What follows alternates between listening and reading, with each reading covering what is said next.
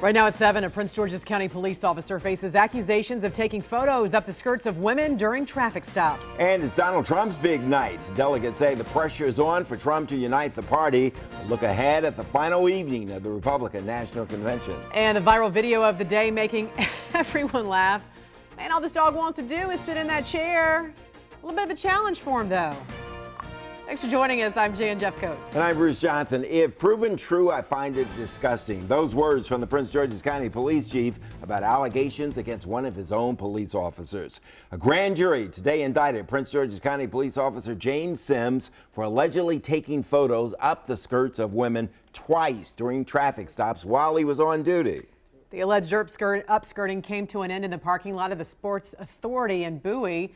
An off-duty officer from another jurisdiction noticed him trying to take pictures up her dress and confronted him. It took police internal affairs investigators more than a month to finish their probe of Officer Sims. He's been on suspension with pay. Still in Prince George's County, police in Prince George's County need your help tonight, finding a man who shot and killed a retired father of 3 before taking off in the victim's car. Police say the suspect was caught on surveillance camera at the BP gas station in the 4900 block of Marlboro Pike in Capitol Heights, Maryland. They say 68-year-old Alonzo Jackson of Southeast D.C. was pumping gas Wednesday morning at 7 when he was attacked. These kids are getting with these other children that has no boundaries. They don't care, so they'll kill you. They'll take what you have instead of going out here getting a job at McDonald's. Police say the suspect took off in the victim's 2015 black Dodge Charger with DC tags DF0113. Call police if you've seen that car or the suspect. Tonight, Republican presidential nominee Donald Trump will give the biggest speech of his political career. He will accept his party's nomination on the final night of the GOP convention in Cleveland. Party leaders and delegates all agree Trump's biggest job right now is to unite the Republican Party. Is this exactly? Donald Trump can pull everybody together who's questioning him tonight by the tone of his speech and how he's going to say it. People are curious about how he's going to step up and do all the things that he's promised he's going to do.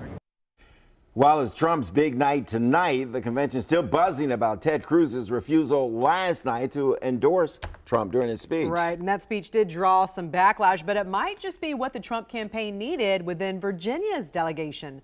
Stephanie Ramirez joins us with team coverage from the RNC. Cruz's speech may have just done the trick and rallied a mixed Virginia delegation behind Donald Trump, a group that wasn't all for the Republican nominee. I'm not going to do this again. The Virginia delegate and Ted Cruz supporter who threw his credentials in protest Monday sounded like a different person Thursday, Ken Cuccinelli. And we were focusing on that, obviously all in the context of winning in November and getting Donald Trump elected. He is the example of what Ted Cruz's speech did to the Virginia delegation Thursday. Many from the Commonwealth angry that Cruz's actions exposed a lingering divide. Trump won in Virginia, but not by a landslide. Rubio came in right behind him. Cruz finished third with almost 17% of the vote. But Thursday, delegates echoed the need to end differences now. Many upset Cruz embarrassed the GOP at the one event that's supposed to show unity. I was part of the booing process that occurred. Imagine if a pitcher on a team said, I'm not going to pitch the way the manager wants me to. I'm going to pitch my own way. God bless the United States of America. Ted Cruz pretty much did that last night. The aftermath? Hunkering down. It will be problematic for us as a party as we concentrate on something that could possibly be viewed as divisive. That woman is a delegate who worked on Cruz's campaign. She and Ken Cuccinelli would not bash the Texas senator, but they did join Trump's supporters in emphasizing the need to be one team now more than ever if they want a chance against Hillary come November. In Cleveland, Stephanie Ramirez, WUSA 9. And of course, you can stay with WUSA 9 here and on Facebook for live team coverage out of Cleveland. Stephanie Ramirez and Garrett Hake, they'll be there tonight for reaction to Donald Trump's big speech. All eyes are on Hillary Clinton as she prepares to announce her vice presidential pick. That announcement is expected as soon as this weekend. It is believed the top contenders are Agriculture Secretary Tom Vilsack, Labor Secretary Tom Perez, and Virginia Senator Tim Kaine. Kaine did briefly address the speculation at an event in Northern Virginia this morning. It's wonderful to be mentioned, but I love my job and trying not to overly think it, but it's been a very exciting last few weeks. Well, sources say Clinton is weighing several factors, including readiness to be president and personal compatibility. We're going to be tracking Clinton's announcement for her vice presidential pick over the next few days. You can find real-time updates on our WUSA 9 app. We're looking at climbing temps over the next few days. Topper says it's time to take the heat seriously. Topper? Yeah, it really is. I mean, yesterday, spectacular. Today, bearable. But then tomorrow, Bruce, we get heat indices well over 100 degrees. In fact, we'll give you the temperatures first. 96 tomorrow, 97 on Saturday, 97 on Sunday. We did lower Monday to 96. I mean, we're kind of splitting hairs, but at one time we had 100 degrees on Monday. Records look safe right now. 103 Friday, 102 Saturday, 101 on Sunday, and 100 on Monday. If you want the years, you can go to our website or download our app and give you the years of those records. All right, the heat index, though, is what we're kind of mainly concerned about because it's a temperature that really affects your body if you're outside. So tomorrow it's going to be about 102, then 105 on Saturday, and that's going to feel like 106 on Sunday and Monday. And you might wonder why. Well, it's a little lower in terms of temperature on Monday, but a little more humidity comes in the atmosphere. That will get the same result in terms of the heat index because it's a combination of temperature and humidity. And then even on Tuesday, we are 103 with a heat index, which is pretty high. Again, a little more humid on Monday and Tuesday. So a couple of things you can do. And we want you to sort of, take this seriously. Exercise in the morning or indoors. Exercising at night is not going to do you any good. It's going to still have a heat index of 90 as late as midnight. Keep your shades and curtains closed. East side in the morning, west side in the afternoon. Wear light colored clothing. And, of course, check on the elderly. Stay hydrated and eat small meals, not big meals. We'll come back. We'll talk about just how long the 90s are going to stick around. We've got a developing story near Miami, Florida this evening. We're waiting to learn the name of the police officer who shot and injured an unarmed black man earlier this week. New video tonight shows Charles Kinsey lying in the middle of the street with his hands in the air, and next to him is a young man with autism sitting cross-legged and playing with a toy truck. Kinsey was his caretaker. He says he was trying to calm him down. As long as I got my hands up, they're not going to shoot me. This is what I'm thinking. They're not going to shoot me. Wow, was I wrong? Kinsey said he told police he did not have a gun. He's now recovering from a gunshot wound to his right leg. The officer who shot him now on administrative leave. Some outside agencies now investigating what happened.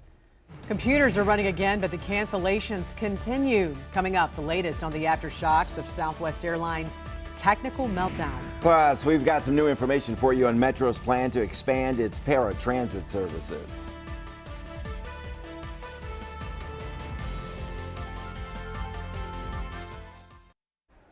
Former Maryland governor and presidential candidate Martin O'Malley is among those affected as Southwest Airlines is trying to recover from a catastrophic computer meltdown. O'Malley was at BWI Airport this morning trying to get to Los Angeles and not having a lot of luck with it. Are you on Southwest? I was trying to go Southwest. Are you canceled too? I am. I'm going to take a whack at the self-checkout. Good to be promoted to the rank of citizen.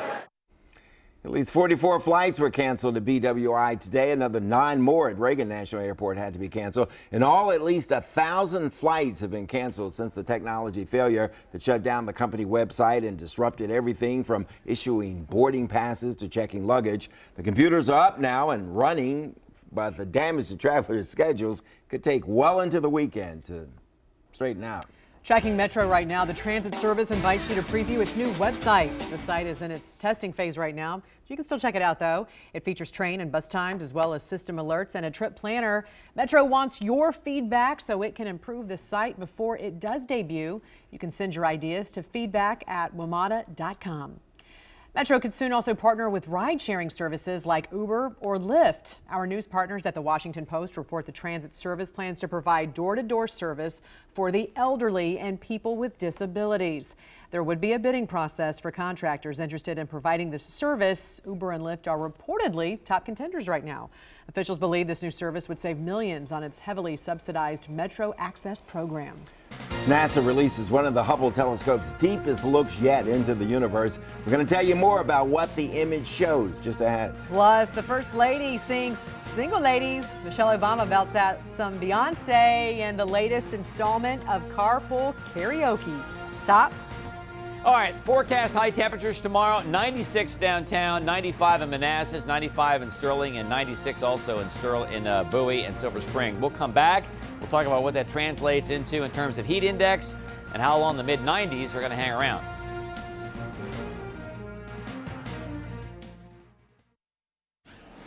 Taking a look at news around the world, we're learning more about the attacker who drove through a crowd on Bastille Day, leaving 84 people dead in Nice, France. Prosecutors said there were accomplices and the attacker had been plotting this attack for months. 5 suspects now in custody, facing preliminary terrorism charges for their alleged roles.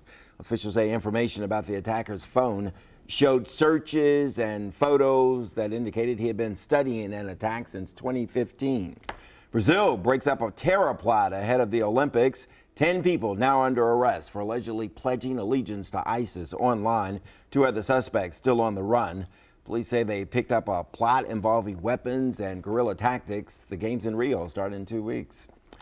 Looks like Russia's track and field team probably won't be participating in those games in Rio. The team lost its appeal of a ban following allegations of state-sponsored doping and cover-ups. The decision, though, is not final. The International Olympic Committee could overturn the arbitration court's ruling. He was the iron hand of the cable news network for more than 20 years. Now Roger Ailes is out as CEO and chairman of Fox News. His resignation was rumored for much of this week, and it comes just weeks after former Fox anchor Gretchen Carlson filed a sexual harassment lawsuit against Ailes. Rupert Murdoch will now assume the role of chairman and acting CEO of Fox News and Fox Business Network. The NBA is moving the 2017 All-Star Game out of Charlotte because of its objections to a North Carolina law that limits anti-discrimination protections for lesbian, gay, and transgender people. Under that law, no town in North Carolina can pass its own laws prohibiting discrimination based on sexual orientation or gender identity. The law became most notable after transgender people wanted to use the bathroom that they thought corresponded with their gender identity and not their biological sex. Cause if you like it, then you should have put a ring on it.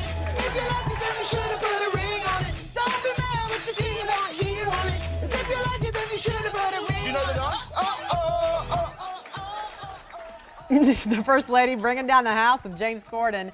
Michelle Obama drove around the White House grounds with a Late Late Show host for the latest installment of Carpool Karaoke and surprise guest. Check this out.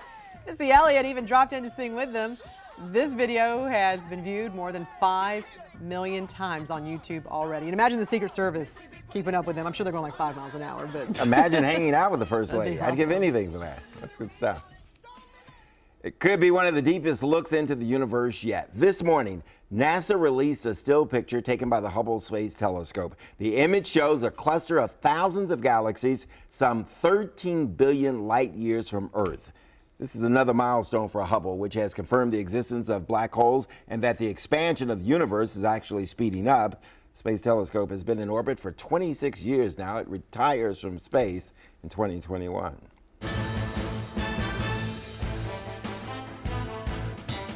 Talk about a good value. Yeah. I think it's unbelievable. Got your bang for your buck. Oh, right? yeah, like 10,000 times over. Yeah. all right, bang for our buck with this weather. Yeah, you know, I mean, it was comfortable. It was manageable today. It was beautiful yesterday. was. But then tomorrow the heat rolls in, and it's going to stay with us for a while. I guess the good news, we've lowered temps just a little bit on Monday. Let's start with a 3-degree guarantee. We're 55 of the last 57 days. We went 90 today. We'll let you know how we did tonight at 11. You can also check up on us by downloading our app. And also you get information as to some cooling centers where they're located if you download the app. Okay, live look outside. It's our live Michael and Son weather cam. It's pretty nice, really is. It's 87. I mean, it's toasty, I get that, but dew points in the mid-60s downtown and still dew points out toward Dulles in the upper 50s, so humidity is not crushing just yet. Winds out of the south at 11. So, a little bit muggy tonight, not quite as comfortable. Most of us hold in the 70s. And then hot tomorrow. Now, temperature-wise, 94 to 98. Heat index-wise, 98 to about 104. And then high temperatures, really essentially Friday through next Thursday, 94 to 100. The 100 is looking less and less likely, but the mid to upper 90s are setting up camp for a while, which means the heat index over that same time period, 100 to 110. It means you got to take it easy outside. So 97 tomorrow, 97 Sunday, 96 on Monday. Records look safe. I mean, at one point we thought we might see a record on Monday. We were forecasting a high of 100, and the record high is 100, but right now they look safe. Not going to do us much good, even though we're not breaking records. We're looking at heat index values to 106 on Sunday and Monday, and even 103 on Tuesday. So still pretty serious heat heading our way. All right, 10 o'clock tonight, we're still in the 70s, but a pretty nice evening and a pretty nice night. 79 downtown, but 76 in Fairfax and 75 in Silver Spring. By morning, Not as many 60s. We had a lot of 60s this morning. It was great. But 68 in Manassas, maybe 69 in Rockville, but 71 in Silver Spring and 71 also in Bowie. And then by 9 o'clock, we're almost to 80. 79 Woodbridge, Dale City, and we get into the 1 o'clock hour. We're around 90. Yes, some showers are popping to the west of I-81. And that will sort of be an elevation-driven event almost every day with this heat. By 6 p.m., low 90s downtown, maybe 88 in Gaithersburg, maybe 89 or so in Frederick. And then temperatures still kind of hang in the low 80s through about 10 o'clock tomorrow night. All right, heat index. 1 o'clock tomorrow, it's going to feel like it's 97 downtown. But by 2 o'clock on Saturday, it's going to feel like it's 106 downtown. So it just gets progressively worse as we go through the weekend. All right, day planner. 70s to start, low 80s by 9 o'clock, and then 87 by 11, 92 with sunshine by 1 p.m. Saturday, 97. Sunday, 97. We'll mix it up a little bit on Monday and say 96. And then mid-90s on Tuesday, Wednesday, and Thursday. There are no cold fronts coming through. The only relief will be isolated thunderstorms in the afternoon and evening, and really the only relief will be AC. Okay, changing up on us. Not baseball, but we got the real games coming. Yeah. And did you know not too far from here, one national team trains and has their eyes set on a possible medal. We got that story coming up for you next in sports.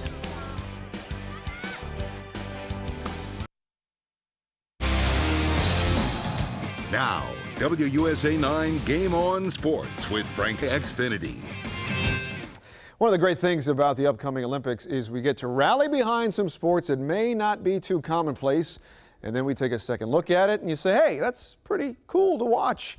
Nestled in Lancaster, Pennsylvania is where dreams are being fostered as the United States Field Hockey Training Facility is located there. Yeah, who knew, right? Team USA had a couple of tune-up games this past week against India. U.S. finished 12th overall in the London Games. Highest finish was back in 1984, bronze medal in Los Angeles. USA opens up Olympic play August 6th against Argentina over in Rio. It's been great moving to Lancaster. For the most part, we can reach 80 within a 3-hour radius of Lancaster. We reach like 80% of our field hockey playing population. So for us, that's been the biggest thing. We feel like we could be more involved in growing the game.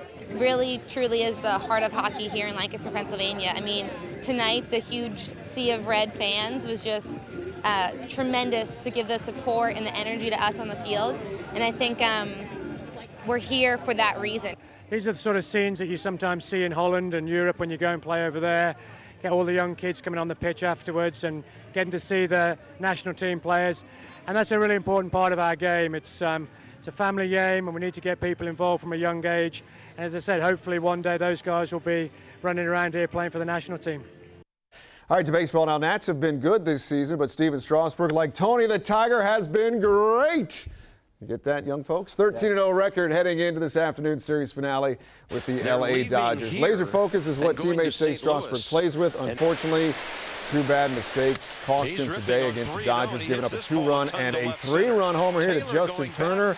That one on a 3-0 pitch. Dodgers take the series 6-3 victory. Strasburg's first loss of the season. So on to the next series, right? San Diego comes to town. That'll be on Sunday right here on WUSA 9. Coverage at 1. Use hashtag NatsOn9. Be a good day to be indoors and watch some baseball and be great. You guys got that right? Yeah. Frosted Flakes, love them. Trending today, they always say if at first you don't succeed, try again, right? Well, one dog took that phrase to heart and captured the attention of thousands of people online. This is one-year-old English sheepdog Rocco. His owners caught him on camera attempting to climb onto a chair. He needs a little push or something, right? You can see he's getting so close. He doesn't give up. He tries and tries again. And you know what that means? He eventually makes it. I hope we get to see that during the show. This has been viewed, by the way, more than 230,000 times. He has a Facebook page and Instagram where his owners document his adventures with their other dog, Whiskey. That's our news. He's not a problem-solving dog. He would have gone around in front of the chair. Right. There's an easier way to do that, right? See you back here at 11. Bye. Have a good one, everybody.